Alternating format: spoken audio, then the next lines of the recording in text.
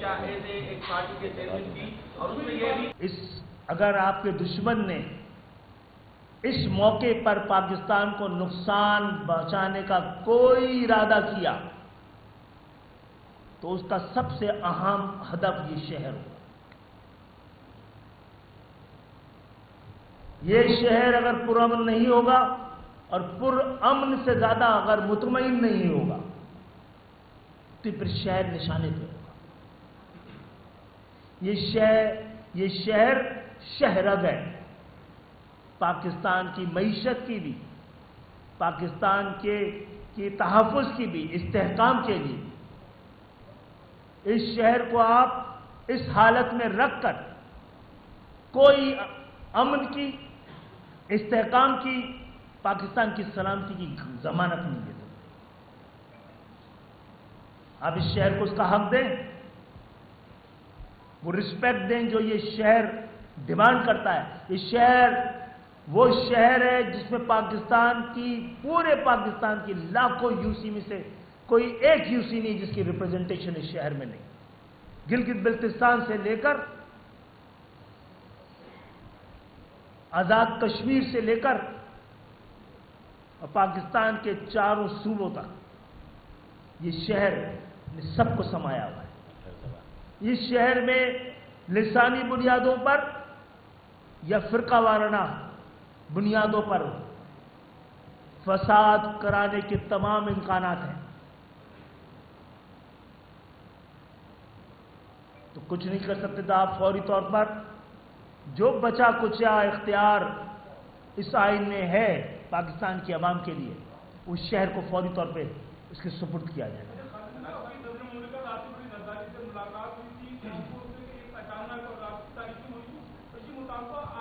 نہیں، لائٹ جل رہی تھی، تاریخی ملی تو لائٹ جل رہی تھی۔ آپ کی جو ملاقات ہوئی تھی ایز اے وفاقی وزیر ہوئی تھی یا ایز اے ایک پارٹی کے چیئرمین کی، اور اس میں یہ بھی کہا جا رہا ہے کہ محسن نقوی کو ہیڈ بنا دیا جائے کہ کراچی کے جو ترقیاتی اسکیم ہے وہ ہیڈ کریں گے اور این پی او کے ساتھ کوآرڈینیشن کریں گے، تو یہ بات صحیح ہے یا غلط ہے؟ جناب، وہ ملاقات چانسلر کی پرو چانسلر سے تھی۔ کوئی بات نہیں، آپ کو بات ہے، آپ چلے پھر کر لیں، فاروق بھائی بات کریں گے، اس کو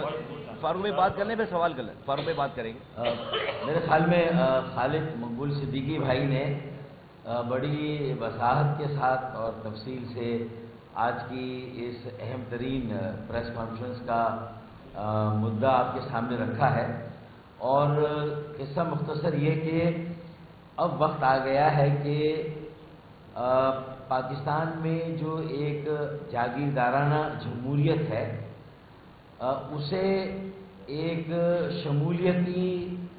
اور شرکتی جمہوریت میں، یعنی کہ پارٹیسپیٹری ڈیموکریسی میں اس کو تبدیل کیا جائے، اور جو اپنی تقدیر کا فیصلہ کرنے کا اختیار پاکستان کے ہر شہری کو، پاکستان کے عوام کو ان کی دہلیز پر دیا جائے، مقامی اور شہری خود مختاری قائم کی جائے، پاکستان میں ایک مکمل طور پر ایک مؤثر، بااختیار اور باوسیلہ بلدیاتی نظام قائم کیا جائے، بلدیاتی اداروں کا نظام قائم کیا جائے، اور اسی میں، اور خاص طور پہ پھر جب ہم شہر کراچی کی بات کرتے ہیں تو پاکستان کی بقا، سلامتی، مضبوطی، استحکام اور تعمیر اور ترقی کا انحصار شہر کراچی کی مضبوطی، استحکام، تعمیر و ترقی اور بقا اور سلامتی میں ہے۔ اور ظاہر ہے کہ ہم کراچی اسپیسیفک بات نہیں کی ہے خالد بھائی نے، بلکہ پاکستان کے 144 اضلاع اور شہروں کو ڈیولوشن کے ذریعے، اقتدار اور اختیار اور وسائل کی منتقلی کے ذریعے انہیں اپنے پیروں پر کھڑا کرنے کی بات کی ہے کہ اگر وہ اپنے پیروں پہ کھڑے ہو جائیں گے، وہ ترقی کے انجن بن جائیں گے۔ تو دیکھیں، ایک بہت آسان سی مثال ہے کہ پاکستان میں وہ ادوار جن میں بلدیاتی اداروں کو بااختیار بنایا گیا، مؤثر بنایا گیا، باوسیلہ بنایا گیا، 3 ایسے ادوار ہیں جن میں ایسا ہوا۔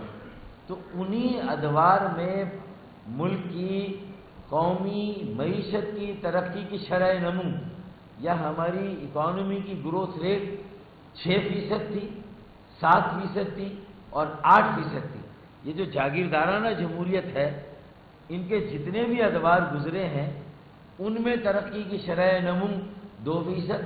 3%، 4% یا مائنس میں چلی گئی ہے۔ میرے خیال میں جو آج ہم نے اصرار کیا یا جو ایک زور دیا وہ اسی بات پہ، اور اسی مناسبت سے جو کراچی اسٹریٹجک ڈیولپمنٹ پلان ہے اس پر اگر عمل درآمد نہیں ہوا ہے تو اس پر بھی عمل درآمد ہونا چاہیے، اور میں اس کی تفصیل میں آج نہیں جا رہا۔ کل کراچی اسٹریٹجک ڈیولپمنٹ پلان سے متعلق سندھ ہائی کورٹ کی جو ڈی بی ہے وہ اپنی فائنل سماعت کرنے جا رہی۔ باقی باتیں تفصیل سے اس کی وائلیشن کہاں ہوئی ہے اس پر انشاءاللہ ہم کل سندھ ہائی کورٹ کے احاطے میں گفتگو کریں گے، اور یہ بھی اسی لیے کہ کسی بھی شہر اور ضلع کے لوگوں اور عوام کو ان کی تقدیر کا مالک یا انہیں فیصلے کا اختیار نہیں دیا گیا۔ اگر 25 کروڑ عوام کی تقدیر کا فیصلہ صرف 1200 پارلیمنٹیرینز یا صوبائی اسمبلی کے نمائندے کریں گے تو یہ ممکن نہیں ہے۔ وہ جو لاکھوں نمائندے جو کسی بھی شہر یا ضلع میں وہاں کے لوگوں کی نمائندگی کر سکتے ہیں، جہاں جواب دہی بھی آسان ہو، جہاں احتساب بھی آسان ہو اور لوگوں کی رسائی اور ان کی پہنچ میں ہو وہاں کا نظام، تو اختیار دے کر ہی آپ کسی میئر کو ذمہ دار بنا سکتے ہیں۔ بے اختیار میئر یا بے اختیار ٹاؤن کا چیئرمین بھی جو ہے وہ کیسے ذمہ داری اٹھائے گا؟ تو یہ ہے ساری صورتحال۔ جی میں سمجھتا ہوں کہ یہ بات کہ اس وقت ملک بہت اہم موڑ پہ کھڑا ہے۔ میں گل پلازا کے بھی متاثرین کو کہتا ہوں کہ ہم آپ کے ساتھ کھڑے ہیں، آپ کو بھولے نہیں ہیں، اور اس حوالے سے ہم منتظر ہیں اس شہر پر قابض اور اس صوبے کا اقتدار 17 سال جن کے پاس ہے کہ وہ اقدامات کریں کہ ہمیں اس حوالے سے سڑکوں پہ آ کے بات کرنے کی ضرورت نہ پڑے۔ آپ نے عید کے نماز کے بعد یہ بات ہے کہ وفا اور اداروں کے جواب کے منتظر ہے، ظاہر آپ نے آج بھی آپ اسی کا اظہار کر رہے ہیں، تو کیا یہ ادارے یہ بھی سمجھتے ہوں گے کہ موجودہ سیناریوں میں 18ویں ترمیم آرٹیکل 48 کا ذکر کر کے وہ ایک نہایت چھوٹی بات ہے بجائے مشکل صورتحال میں؟ اس کو ایکسپلین کر دوں۔ دیکھیے، جب آپ آج کے سینیریو میں بات کرتے ہیں نا بار بار کہ ریجنل ایسے حالات ہیں، تیاری کیا کریں، تو ایک تو ہم فوجی تیاری کی بات کرتے ہیں، آپ کی فوج ہے ماشاءاللہ سے، آپ کی ایئر فورس ہے، آپ کی بری فوج ہے۔ آج کے تناظر میں یہ دنیا کو نے دیکھ لیا